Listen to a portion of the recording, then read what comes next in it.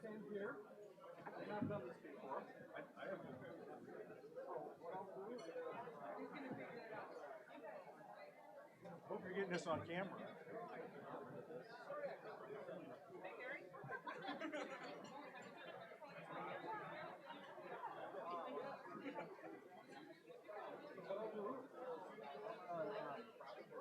I'll be at the podium, and then I'll have you ring the bell, and then I'm going to say good afternoon, welcome, blah, blah, blah, and then I'm going to say advanced building.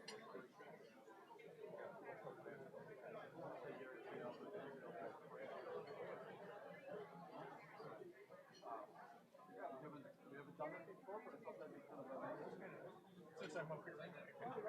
Why not? Right? Let's see here, what do we got for time? All right.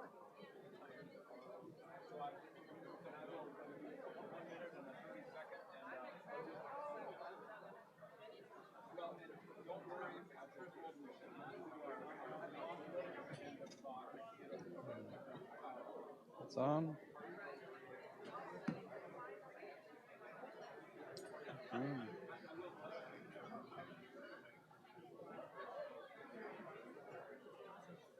All ready?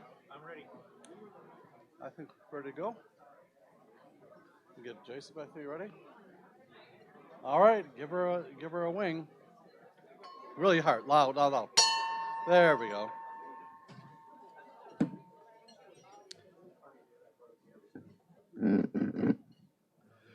Good afternoon and welcome to the Rotary Club of Madison.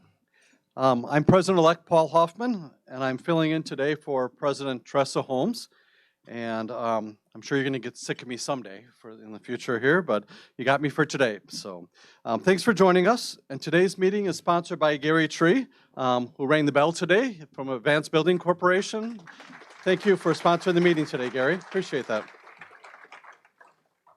All right, well, let's direct our attention to the opening music.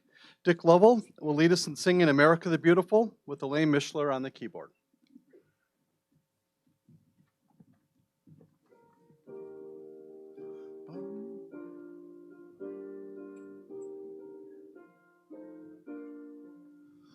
Oh, beautiful for spacious skies, forever waves of grain, for purple mountains, majesties above the fruited plain.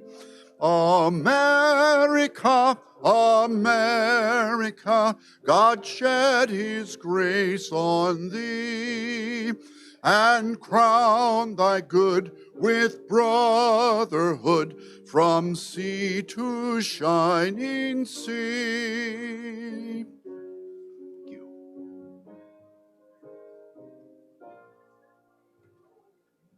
All right.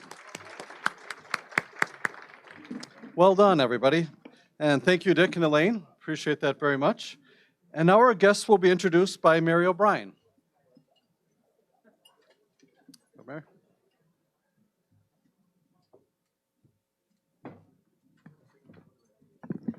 Welcome to all our guests. As I call your name, please stand and remain standing until all the guests have been introduced.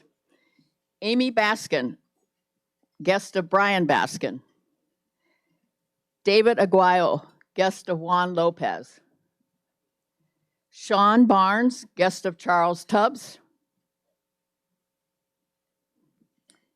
Diane Hanson, guest of Tammy Thayer and Charles Tubbs.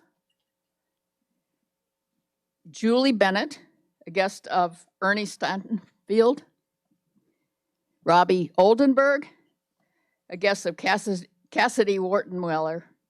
Michelle Harris, a guest of Charles McLennan's. Dwight Heaney, a guest of Gary Tree. Lucas Bauer, with the Rotaract Interact Advisory Committee. A.J. Gray, guest of Anthony Gray. Maya O'Rourke from the Rotary Interact Advisory Committee. Ashley Krasowski from the Rotaract Interact Advisory Committee. Cecilia Enright, a guest of Vicki Enright. Martin Lackey, a visiting Rotarian from Wanakee. Douglas Davis from Ukraine and also here. Tara Hababa from Ukraine. And Uliana Hababa from Ukraine. Let's welcome all our guests.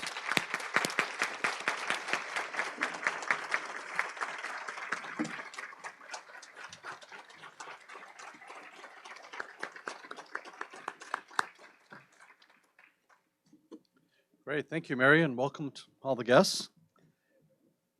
All right, World Rotaract Week was held earlier this month, and it's an annual celebration of the success and significance of Rotaract in communities around the world. Our club sponsors a Rotaract Club at the UW-Madison campus, and we are pleased that several Rotaract members are attending our luncheon today. So Rotaract students, would you please stand up again so we can recognize you? Get your exercise. And so let's give them a warm welcome for attending today's meeting. Thanks. Thanks, you guys. Great, thank you. It's nice to have you here. Alex Vitani is our club's Rotaract Advisory Committee Chair, and he's going to come up and give us a quick update on what's been going on with the Rotaract group this year. Alex?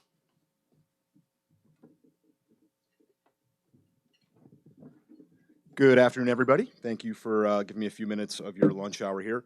I just want to say thanks again to Ashley, Lucas, and Maya from our UW club, and then Cecilia, Vicki Enright's daughter, is actually visiting as a Rotaract member from Tulane. So I know we already did this, but let's give them a quick another round of applause.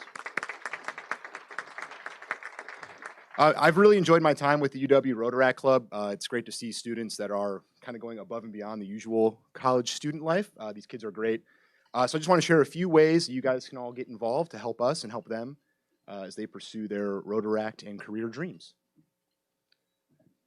Okay, so first, we've got a couple of great upcoming speakers for our general member meetings. These are held at Memorial Union. We're still waiting on the room confirmation, but I can add that to our calendar once we get that confirmed. But this coming Monday, we have James Ty speaking to the group about his work with Clean Lakes Alliance, the Renew the Blue campaign, and obviously his life and career journey. And then on April 25th, also at Memorial Union, Clean Care will be speaking on One City Schools and the great work they're doing for education here in our Madison area. Free to attend, obviously. We'd love to have fellow Rotarians join for networking, getting to know the students a little bit, and hearing from great fellow Rotarians as well. And then lastly, how can you all get involved? The Rotaract and Interact committee is a pretty light lift to join the committee. Really, we just need help sourcing speakers, being a resource for the students. Right now, considering we're getting into job and career hunt season, if you have any internship or career opportunities you would like to share that you're looking for some young, hungry, talented UW grads and students to pursue, please let me know. We'd love to get that out to the students for applications. And then if you're up for it, grab a coffee with them. They're great. They're very engaging, ask lots of great questions, and very curious about what you all do. We do have a program set up through the club called Meet a Rotarian program where they submit their career interests or topics they'd like to learn about. We try to pair them up. But if you're just interested in being a set of ears for a young future Rotarian, please do. So if you have any questions, feel free to contact me directly or through the Rotary office. Thank you.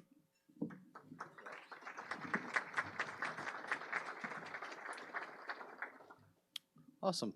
Thank you, Alex. Well, at this time of year, we ask all members to review their current committee and fellowship group involvement.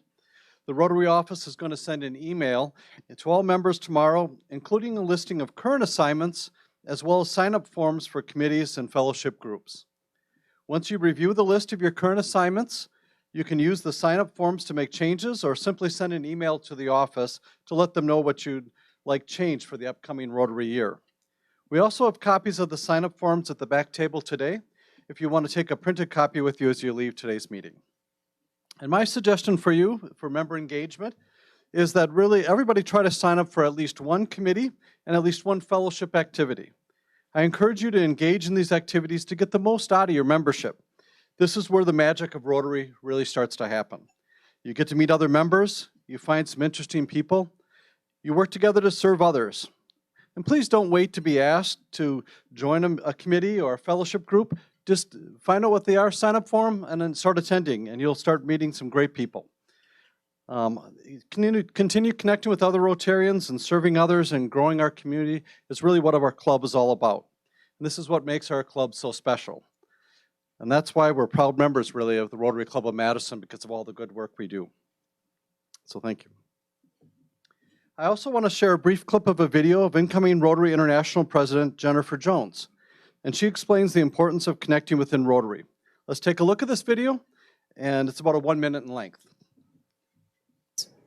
There's so much that each of us can do to help create club experiences that are welcoming, inclusive, and enjoyable for each and every member.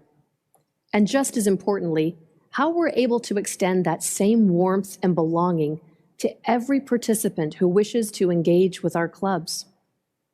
Over and over, our surveys find that the comfort and care of our members is the single greatest driver of member satisfaction, and it's our most powerful tool to keeping our members engaged in our clubs. This comfort and care philosophy begins with listening. We need to understand why our members took the leap and joined us, and we need to know what they expect from us. What do they want out of their Rotary involvement?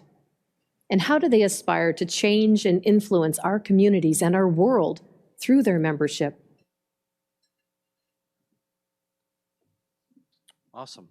So Jennifer Jones will be the first woman president of Rotary International. Isn't that awesome?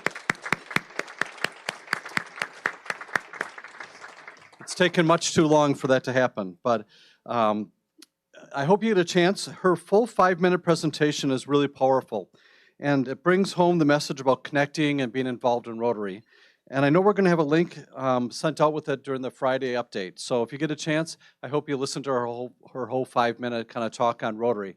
She's a dynamic speaker, and I think she's going to be an incredible representation for Rotary International. So please take a moment to listen to that. And we hope through our committees and fellowship groups you can find an area where you want to really serve and help make the club and our communities even stronger. All right, next up I want to provide an update on the Club Governance Task Force. This task force has been meeting since last fall to review the way we select club directors, succession planning for our club president, and whether club officers can vote at board meetings. The group has also created a conflicts of interest policy for our board, a document that outlines board expectations, and we created position descriptions for our board officers. So they've been busy. And we're indebted to Lynn Sexton, who led this group through this lengthy process. She was instrumental in organizing our group and keeping us on track. Members serving on the committee with Lynn were Virginia Bartelt, Ellsworth Brown, Teresa Holmes, Charles McClymans, Rob Vandenberg, and myself. Lynn gave us a status report in December about the group's work, and I wanted members to be aware of the group has finalized its work, and we will start to roll out our recommendations from this governance task force. Our club board approved the recommendations from the governance task force at their meeting earlier this month. The board is working with Virginia Bartelt, our bylaws advisor, on recommended updates to our club bylaws regarding these changes. Recommendations approved by the board will be coming in the membership next month.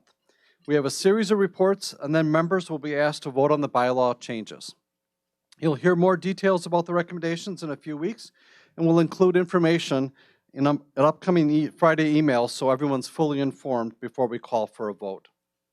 If anyone has any questions along the way, please reach out to our club office or to anyone on the task force, and we can help answer any questions. All right. And with that, we've got birthdays to celebrate with a bit of humor or wisdom that complements Rotary's mission. We also encourage members to make an age-appropriate gift to the Madison Rotary Foundation, rounded up to 100 for our club's Synergy Scholarship Fund. Can't you hear that in your head? Everybody, as I say that, we've heard that for years, right? The same thing I was reading that I'm hearing everybody else talk about that. All right, so past President Ellsworth Brown shares, as I age, I am increasingly convinced that everyone affects everyone else, and that, as conveniently attributed to Albert Einstein, all of it should be as simple as possible, and no simpler. March 27th, Diane Everson. March 28th, Linda Dolacek. March 28th, Sarah Estrick, who says, we can do hard things. March 30th, Bob Grebner shares this message. March 30th is National Doctors Day. undoubtedly selected to coincide with and honor my birthday. How cool is that? That's awesome. Rotarians, please keep the suffering patients of Ukraine, as well as their brave and exhausted caregivers, in your thoughts and prayers. April 1st, Ron Yankee. April 1st, Bill Zeineman.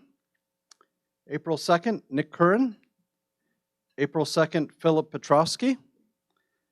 And April 2nd, past President Carol Toussaint. So thanks to all of our celebrants for their contributions to the Madison Rotary Foundation, and please join me in wishing them a happy birthday.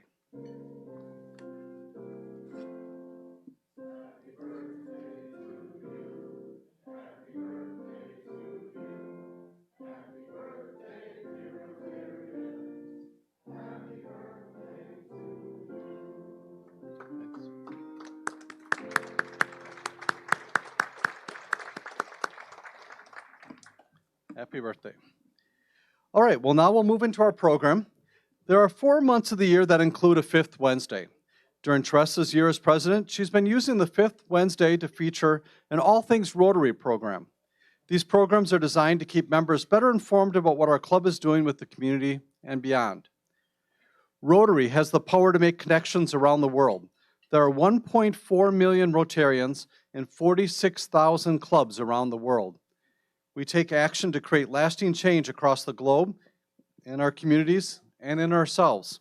Today's program will feature 3 international projects, and these are just a very small sampling of the types of projects connecting Rotarian clubs in our communities to Rotary clubs in other countries, all with the goal of creating lasting change.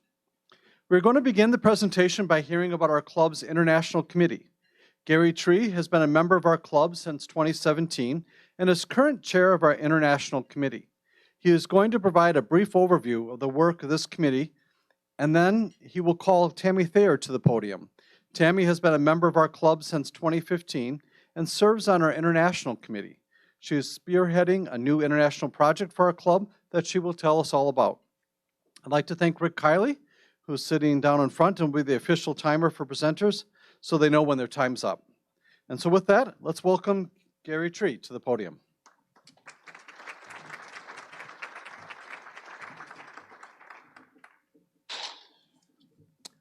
Well, thank you for this opportunity to speak to you today. In the 5 years I've been here so far in Rotary, I can't remember an opportunity that we've had to be able to share what we're doing as a committee. So take a deep breath. This is going to be taking a drink with a fire hose. I've got 14 slides in 7 minutes. And I hope to be able to give you an idea of what's going on, how we operate, and some of the kinds of things that we're involved with. So I need to get started here. Let's go to our mission statement and our committee charter. Our committee's made up of about 20 members. We have a statement, a charter, and an objective. So in brief, our mission statement is to guide the planning and the implementing and overseeing of our international projects. Our committee charter, which we talked about a couple of years ago and agreed upon, was to fund 2 or 3 smaller international projects every year, and then one larger signature project that might be a multi-year project or it might be a large single-year project, but the idea was to do a deep dive. So our objective, it's pretty simple. All we do is international projects. That's all our committee is involved with, and the idea is to leverage our return on investment. We do that through the grant process that exists with global grants and with our district funding. So Madison dollar added to a district dollar, which is added to an 80% matching Rotary International grant, becomes $2.80. And global grants start at a minimum of about $30,000. Anything less than that is not a global grant. It can be a district grant, but not a global grant. So we're engaging funds and grants, and along with that, we have some qualifications. The access to that money is contingent upon our ability to meet the qualifications. So that begs the question, what are the funding mechanisms? And as I prepared this series of slides, I finally got it in my head, a simple way to think about this. There are basically 2 primary mechanisms for funding projects. One is through our community grants, which is an annual campaign that takes place in the fall, the late fall. All of the money that's received from that campaign goes into the Community Grants Foundation, and then our committee receives 10% of that. And that's the investment that we have to use towards international projects. So we want to leverage that. So the only way we can leverage that is to get involved with global grants and district money. But there's a cost to do that, and that cost is our spring campaign, which is coming up right now. And the threshold there is $100 per member. Once we achieve that threshold, then we have access, the ability to access these funds, so long as we have grants that meet the qualifications. So that leverages $23,000 up to about $64,000. So that gives you an idea of what we have to deal with on an annual basis for funding. A little bit about our history. I won't spend a lot of time on this, but in previous years we talked about a lot of different smaller projects, and then several years ago in 2017 the focus was on one major project, the Change Her Story project. That impacted well above the expectation. We touched 21,000 girls, 90 schools. We had 9 other Rotary Clubs involved and 3 other Rotary districts. So we're trying to find another project that would replace that or come alongside that. And we began that journey in 2019 to do that. We looked at about 100 different projects on the Rotary International website. None of them were selected. COVID hit us like everything else. And then we dropped back a little bit, and then we came up with our charter and move forward with, okay, let's talk about a couple small projects and then a signature project. And so we've been about that work since 2017. So this next slide is, I want to take a few minutes on this. What is the criteria for engaging, evaluating? How do we find these projects? And the desire is to find a project that fits with our passion as a club, but it also has to be qualified to be a Rotary International project, a grant. We want to work through relationships. These relationships are a part of what the district governors bring to us through their district governor training, what the past presidents of the clubs bring to us. We also have a district committee called it's the International Services Committee. I happen to be on that committee, so and so there's a real conundrum of how do these projects come to you? How do you find them? Do you go out and solicit them, or do you work through relationships? And what is the basis for doing this? And the whole idea behind projects is to do the project, but also to create relationships with other Rotarians in other areas. That is the primary focus. So a lot of these projects come to us through friendship exchanges and through other relationships that have already started. And then some of them, we're creating new relationships based upon second party introductions and things like that. So this is really where the secret sauce is at, is trying to figure out which project and how we know it's going to work. So one of the projects that we're involved with that came to us through a friendship exchange is a project in Chile.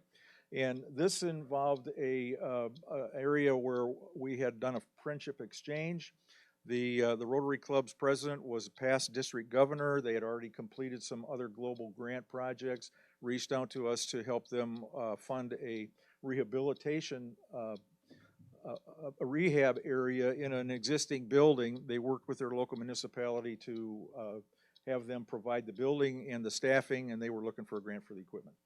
So the reason for this is that it's quite remote from Santiago, which was a long drive, and people that needed physical rehab couldn't make that drive. This is kind of these pictures were from the Friendship Exchange, but this gives you an idea of the terrain.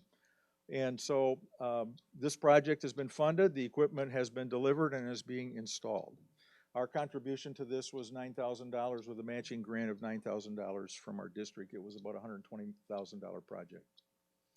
The next project that we got involved with that is currently being funded is a water project in Guatemala. I'm not going to pretend to know how to pronounce these villages, but it is a small village. There's about 1,300 people in it. They don't have a year-round water supply. The folks at the Milwaukee Club reached out to me and asked me if we would be interested. We brought it to our committee, we talked about it, and we signed up for it. Our contribution to this was $2,500 with a $2,500 match by the district. And this will give you an idea of some of the things that the Milwaukee Club has done. This is their 9th or 10th project in the area with the global grant process. They've built bridges. This is a bridge under construction. Obviously, you don't have construction pics for the project that we're just getting started with, but these are similar. And then this is how they built a water supply area or a water supply tank in another area. And this is some of the handling of the materials to make it all happen. And this is the laying of one of the pipes. So going forward, where are we at going forward with our committee? And what do we hope to do? We'd like to increase the number of projects we get involved with. We'd like to increase the number of people getting involved in projects. I'd like to increase the number of folks on the committee getting involved in projects and be able to deepen some of the relationships that are being formed. And as we do that, we're going to be doing good within our world and within our contacts. So thank you for the opportunity to do this.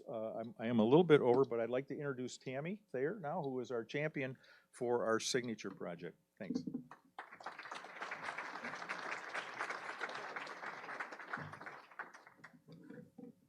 Good afternoon. I would like to talk to you today about our signature project in Uganda. The initial focus of the project will be 2 communities, Kampala and Mbale, in collaboration with the Rotary Action Group Against Slavery, or RAGIS as it's known, which you'll hear more about in a minute.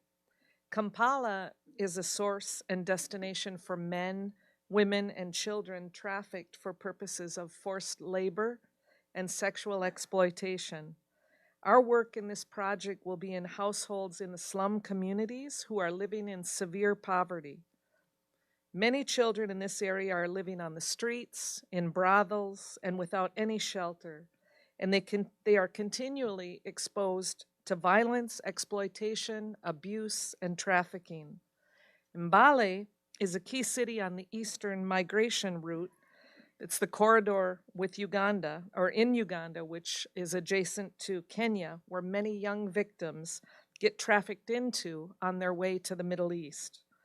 Community-level interventions in their region are therefore critical to stem the flow of trafficking within and through these communities. In this pilot project, 250 vulnerable households will be identified and invited to receive training in enterprise, financial literacy, and business skills, as well as positive parenting and trafficking in persons. I gotta remember to click. So RAGIS, I just want to share this news because it's Rotary news that I think is really a big deal. Our committee thinks is really a big deal. On November 1st, RAGIS submitted a resolution to the RI Council on Resolutions that basically encourages all Rotarians to become more familiar with the growing problem of modern-day slavery, to be vigilant and report suspicious activity in this regard, and to work towards solutions to end the practice in all forms. It further encourages clubs around the world to engage in projects to protect all victims from hunger, neglect, abuse, and all forms of exploitation and modern-day slavery. This is a big deal because it clearly says, gone is the old argument that fighting slavery is political. That was true 200 years ago, but it has been outlawed, as we know, by international law almost a century ago. Thank God. Many of us believe that Rotary taking on the task of helping curb human trafficking and all forms of modern slavery may become as important and widespread as eradicating polio is and has been. The RI Council on Resolutions decided that this resolution needed to be debated by the Rotary International Board. They debated it and fortunately adopted the resolution on February 23rd this year, which is phenomenal. Yeah. So there's a partnership group working on this $250,000 project. It's a pilot project. Our contribution over with this fiscal year and next will be $50,000, and then it'll be matched. Well, we hope it will be matched. So the partners are Regis, who I mentioned. It's the action group within Rotary that got that resolution passed. A nonprofit called Hope for Justice, who is central to this project. Their mission is to bring an end to modern-day slavery. There are also 5 Rotary Clubs across Kampala in Uganda involved, other international Rotary partners, and our club. So why Uganda? Our committee evaluated numerous projects and landed on this one, which was already in the initial planning phase. We especially liked it because it's the signature project for Regis. Our club is now the co-international sponsor of the project in the global grant application, which will be submitted in the next week or two. The effects of the pandemic on children varied dramatically around the world, and in Uganda, schools were closed longer than in many countries, so children had no choice but to help their families survive. This, of course, put these children at great risk for sex and labor trafficking. These statistics justify alone this project in Uganda. There are 17.1 million children there, of which half are vulnerable. 2.4 million are exploited, and 1.7 are below the age of 14. 73% of the trafficked victims are females and girls, or women and girls, and 69% of those are 18 and younger, and 31%, if you can believe, are below age 8. It's disgusting. This is the timeline. We hope that the project will begin on June 1st. It's all dependent on the grant getting approved and other things. But in the first 5 months, the goal is to get the project management team in place and the independent evaluation team in place, recruited, trained, and up and running. And then in months 5 to 18, that will be focused on the development of the materials, the guidance and the training materials, as well as getting the independent evaluation set up and actually conducted. Then in months 9 to 18, the 250 households I mentioned will receive economic and social strengthening training in Kampala and Mbale. So what are the impacts? This is my last slide. This slide shows the impact, the outcomes, and the outputs. The impact and the ultimate goal is to reduce child trafficking in Uganda. The outcome is the creation of an economic and social strengthening model that is independently tested and ready for scale-up after 18 months. The partner group that I shared the slide with, and the entire partner group intends to put together a Rotary grant of scale next July, August, for around 2 million, and that will help us scale this throughout Uganda and in other places. The outputs, I talked about 250 households being economically empowered to provide basic needs for their children, and then 325 caregivers who will have increased knowledge in many skills and will know how to address trafficking in person. And lastly, 1,000 vulnerable children will be saved so they can stay at home and not be lured into trafficking. So we're excited about this project, and I'll just share that you have a flyer on your table about a local event on April 19th that is sponsored by United Madison, and Diane Hansen is back there with Laura Gallagher, and Charles Tubbs is a member of their advisory committee. Anyone interested in human trafficking should consider attending this event. Thank you.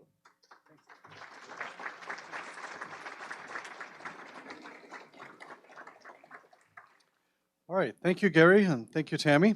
Next, we're going to hear from Kathy Roberg, who's president-elect of the Madison Towne-Middleton Rotary Club, and she has been on many trips to Haiti.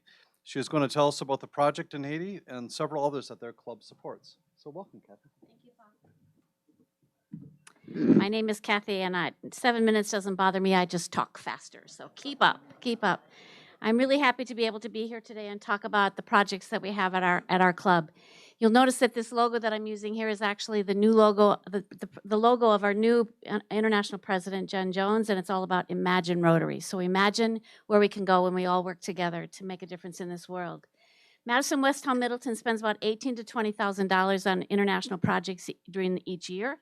And if you think about the fact that our club is 1/8 the size of yours, you can take that 20,000 and just multiply it by 8, and that's where your club would be. Just saying, throwing out a little challenge there. Okay. So I'm going to start with some fairly non-interactive international projects that we have. Our club actually, in addition to individuals giving money to Polio Plus, our club actually gives money to Polio Plus, and we're also involved in supporting the Shelter Box project as with money as well as teaching about it. We've got a speaker coming in the next couple of weeks to talk about the Shelter Box project, which is something that gets used in every disaster site throughout the world that Rotary sponsors. The Orphan Train project is a project that we've had in our club for more than 20 years. It was started by a Rotarian that actually, it's a project where we served as a conductor of a train, if you will, and we've had orphanages projects throughout the world. Bulgaria was one many years ago that we were really involved in, and the two that remain that we've been very active in are in South Africa and Uganda. And in addition to that, as has already been talked about, the opportunity to teach orphanages about the importance of moving these children into home settings and into healthy and safe home settings is a part of what we partner with Mooseheart with. So we have 3 different agencies right there that we give money to throughout the year, and that comes out to about $7,000 to the orphanages as well as to Mooseheart for doing the training. We bring the staff from those projects to the United States and get some training done for them. The Feed My Lambs project in Haiti is a program that was again started about 18 years ago by a member that was involved in our club, is no longer there but still has some champions. This project provides food for children in the Port-au-Prince area. And if you know anything about Haiti, the last few years have been terrible and horrible, not just because of COVID, but because of the unrest, the assassination of their president. There's still no government. It's all run by gangs. And so children being able to have the opportunity to actually eat is a really, really big deal in Haiti. Another project that is near and dear and close to my heart is the one that actually got me back into Rotary this time around, is a project in the little community of Chote, Haiti, which is a rural community in the southwest corner of the country that is extremely poor, but quite frankly, because it's so hard to get to this little community, it ends up being pretty safe from the gangs at this point in time. It's a 52-mile trip that takes us 5 hours to get there when we travel down to Haiti. And a neck brace, just so your head doesn't wobble all over all the time. So this, when I was first beginning to join Haiti, or to join the Rotary Club again, I was involved in writing a district grant, which we got an oil press for this group of women that work with the children in Haiti, and the district and our club sponsored that project. And then, of course, it was like, well, will you join Rotary? And it's like, well, I think I have to now. So I joined Rotary, and since then, we continue to support this community with $2,000 each year for tuition for the kids.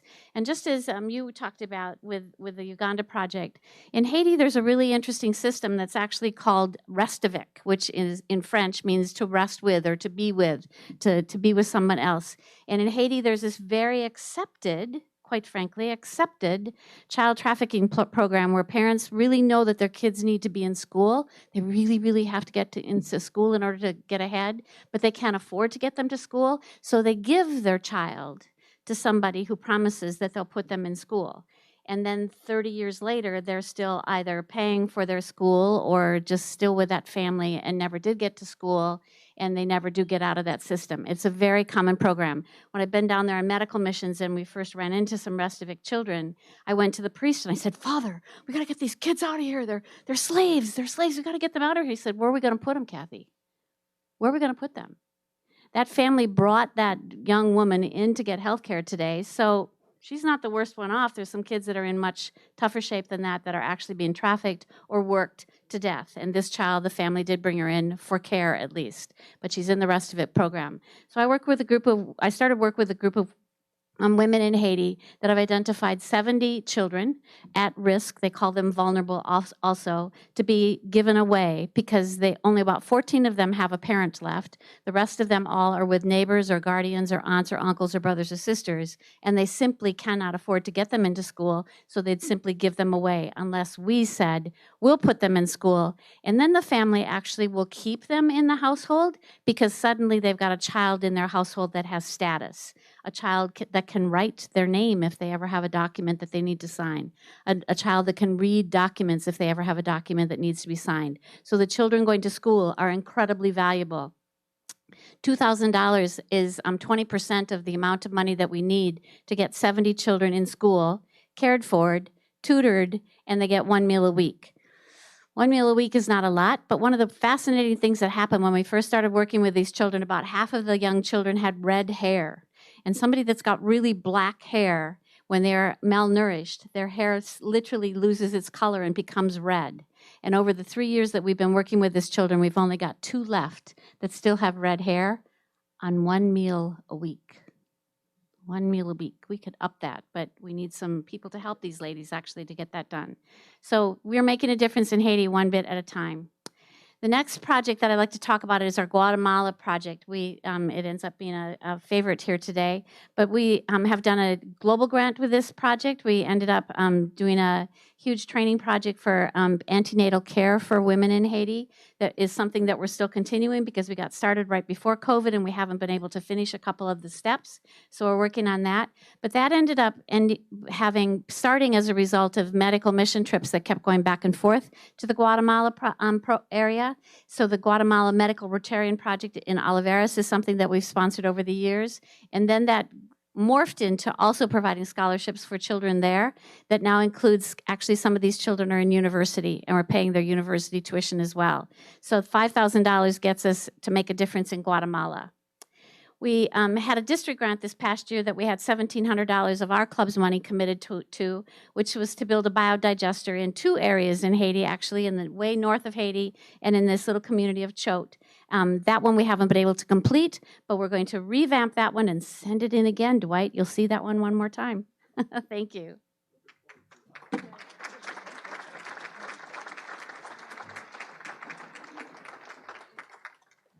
Thank you, Kathy. That was excellent. And you do talk fast. That's fantastic. What an incredible number of projects. That's really appreciate that.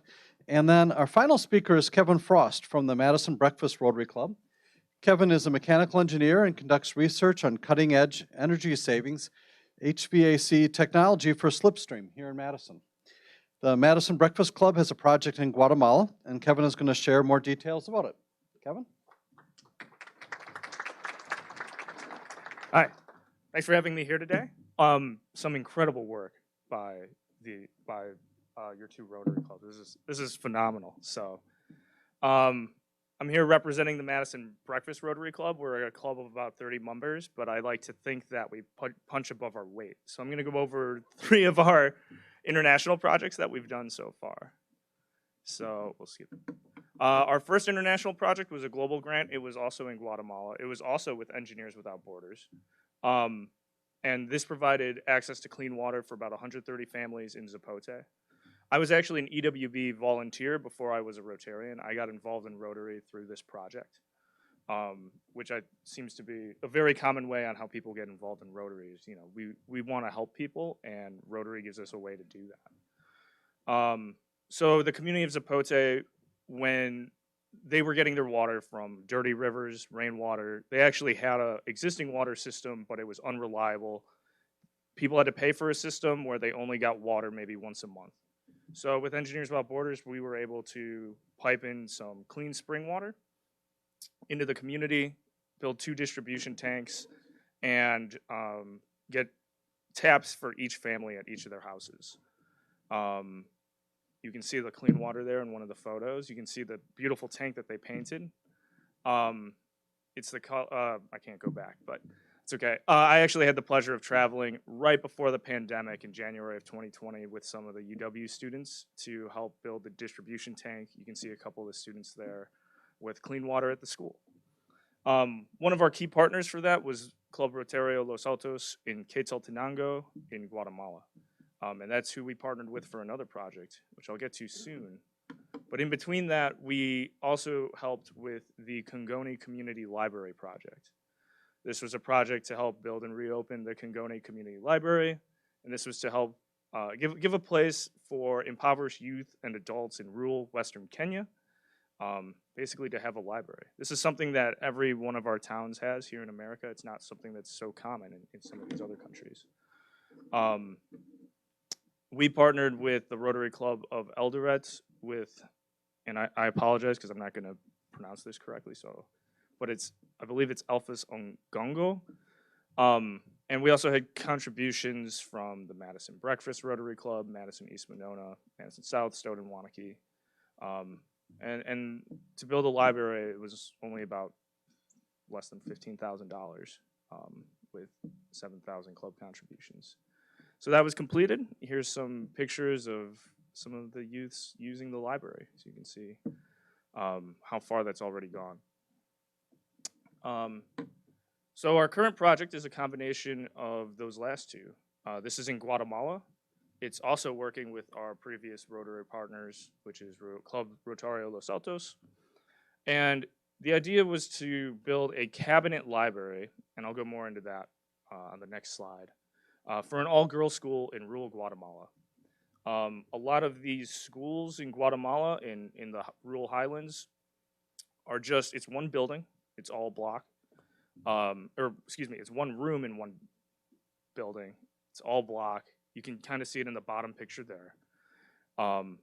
And if you were to bring anything into the school, there's security risks, people breaking in to steal things. If you just left a computer there, I don't think most teachers there would feel safe about that computer maybe being there for a long time. So we wanted to find a way, the Rotary Club in Los Altos wanted to find a way. How can we provide a small library for these schools? And their idea was to do this cabinet that you could lock. It has a computer station. It has room for 400 books. It has games, educational games that the students can use. So for really a total cost of only about $2,200, and this was all club funded, we were able to build this. And by we, I mean the people in Guatemala. And this was all built by a Guatemalan craftsman. That artwork, which is absolutely gorgeous, was by a local Guatemalan artist. You can see the Rotary Clubs are listed at the bottom. And so this is the first prototype. Here's how it looks when you open it up. You can see there's even like a dry erase board on the inside. Yeah, it's really cool. And the reason it's a prototype is because we want to make this a district grant and try it in a couple more schools in the rural highlands. So to build 2 or 3 more, get feedback, and then if that's successful, then we're planning to make it a global grant and something that we can make more common and really, help improve literacy and learning all throughout the Guatemalan highlands. So thank you for having me here today.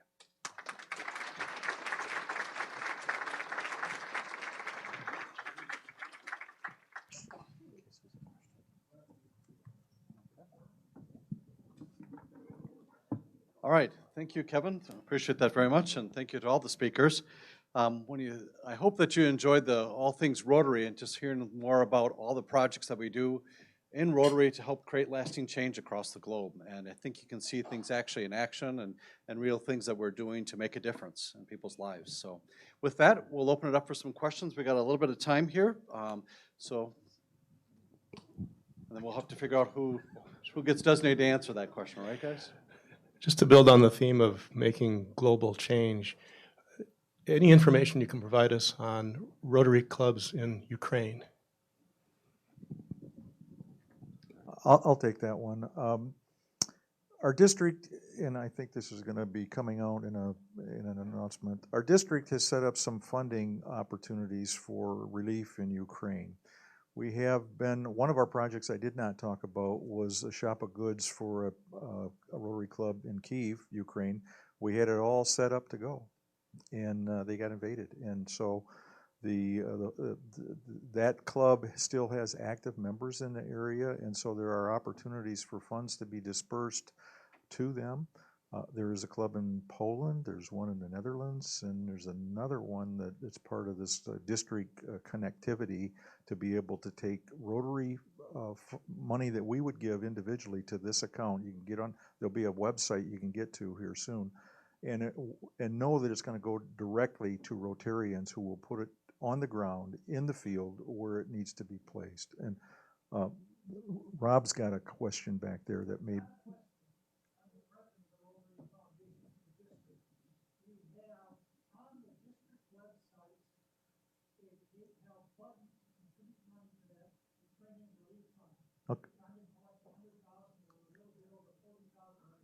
Okay, so what Rob has said is that on the district's website, there is a button where you can make a PayPal deduction or a donation, and that money will go right directly to that relief aid. So that's the extent of I'm sure there are other clubs that are active, but that's where our district is at right now, as far as I know. In addition to the contributions and fundraising for these projects, to what extent do they require district Rotarians' physical involvement in them? There is a requirement, obviously, to make sure that everybody's being a good steward of the money. There's a desire in all instances to get boots on the ground in as many ways as you can possibly do that. One of the projects that we worked with the district, or the biodigester project, actually was not necessarily going to have many boots on the ground because we knew that there was difficulty even getting to Haiti at this point in time. So there's always accommodations that can be made if you can't get there, or if it's not safe to get there, but it's still a project that's worthwhile. But on the other hand, you have to know that there's a reliable financial partner that you can make sure that you've got a relationship with these people, that it's really money going in the right place. Is that a good answer, Dwight? Thanks. Yeah. Yeah. Particularly for global grants, and I think it's a requirement for district grants too. You do need an international Rotary Club, and they more than often act as like your boots on the ground there. You do need members within your own Rotary Club to kind of spearhead the effort, communicate, coordinate, fundraise. Your involvement is how involved you want to be is up to you. So. I would just add that it depends on the project, because for Change Her Story, there were many club members, our club members, who traveled to Ghana. And that was a project for menstrual kits for girls to keep them in school. And there were a lot of club members who traveled to Ghana. And with this project, there could be opportunities, but it depends. It's too early to tell. And the intention is to expand it. Thank you very much for all the work you do. When I went one time to El Salvador, I got sick, and I went to a clinic where a Rotary Club provided medicine to that clinic. My question is this: how do we maintain and sustain these excellent projects that you're doing after we leave? Because, I mean, that costs money to maintain those kind of projects. But you're doing God's work, and thank you. Let me take a shot at that. The global, as I talked about the requirements, qualifications that had to be part of the global grant process, one of those qualifications is sustainability. And so in order for the project to be approved and funding to be provided, there needs to be a plan for sustainability. So that will differ from project to project, but the idea is that we're going to teach people how to fish. We're not just going to give them fish to eat. And for our signature project, because the partnership is with this nonprofit called Hope for Justice, they've operated for over 20 years in Uganda, and they have boots on the ground, and they will continue to work even long after the extension of this project, after hopefully a grant of scale. So that one will be sustained with Regis and Hope for Justice for sure. One of the things that we've recognized with technical projects like a water solar pump or something like that, or this biodigester project, is that the people that were going to run it needed to be there when it was being built, so they knew what it was and how it worked and how to fix it, how to maintain it. Any other questions?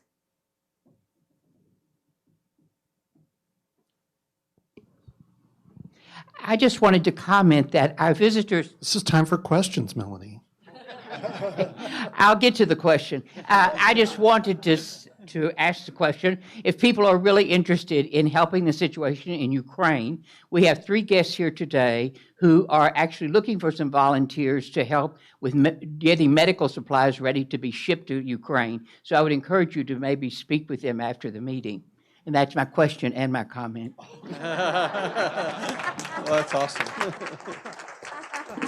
Does anyone of our guests want to speak to that at all or not? So we have just a quick moment. Either way. Okay.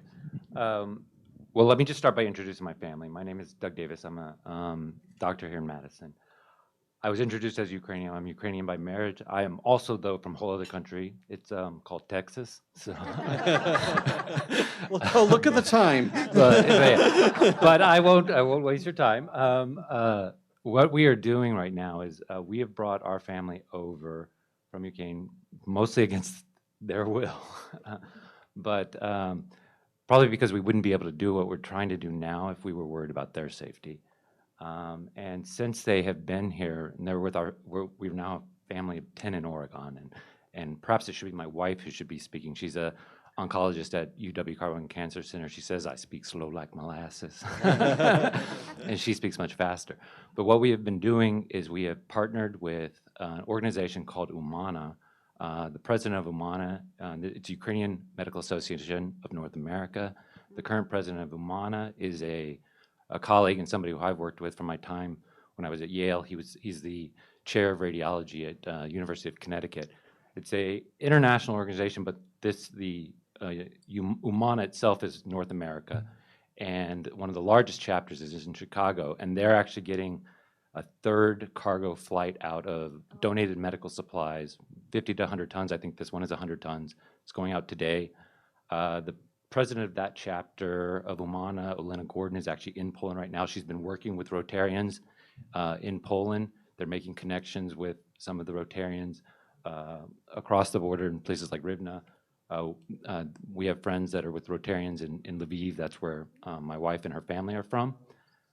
So we are in the process of setting up a parallel organization. We have a donated warehouse, 40,000 square foot warehouse in Germantown, where we're trying to unburden some of the heavy lifting that the Chicago chapter has been doing, and just with remarkable work thus far, so that we can. They're now diverting some donations to us, and we're just beginning the process of organizing that. I've learned more about logistics and shipping in the past week than I thought I would in my entire life. But we're just reaching out to folks that could potentially help us in that process. So thank you for inviting us today. Thanks.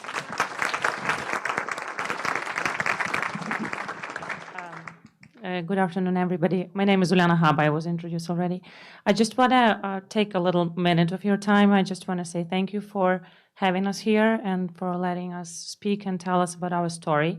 Me, together with my husband, we came here urgently on February 26th because my brother-in-law insisted, who is here from Texas, almost Ukrainian, surrounded by 9 Ukrainians in his house. So he insisted on us coming here. We never planned to really move here, although we've been listening to ideas about that.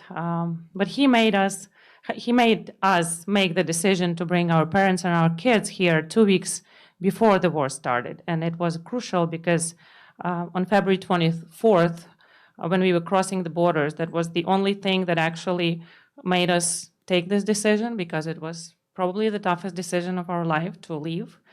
And we don't feel like victims or heroes here because we are safe. We have a perfect family. We are, we are surrounded with a lot of support and help from all the American people we meet on the streets and everywhere we go, and we are thankful for that.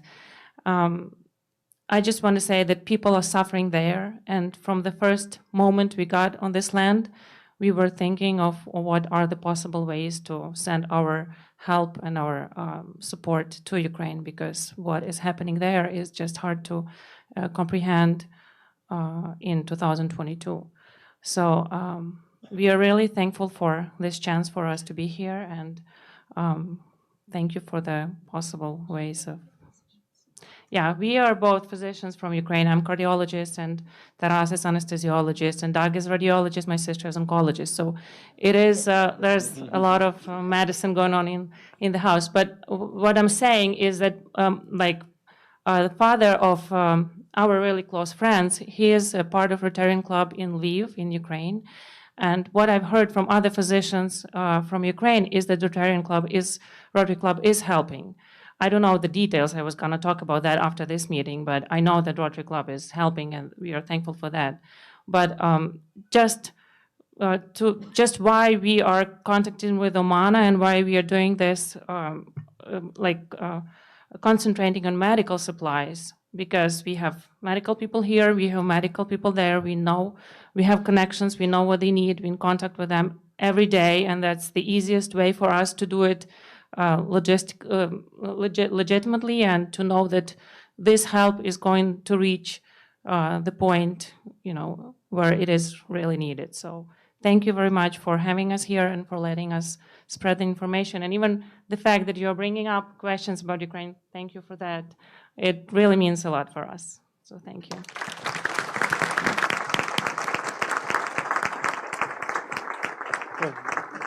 Well, awesome.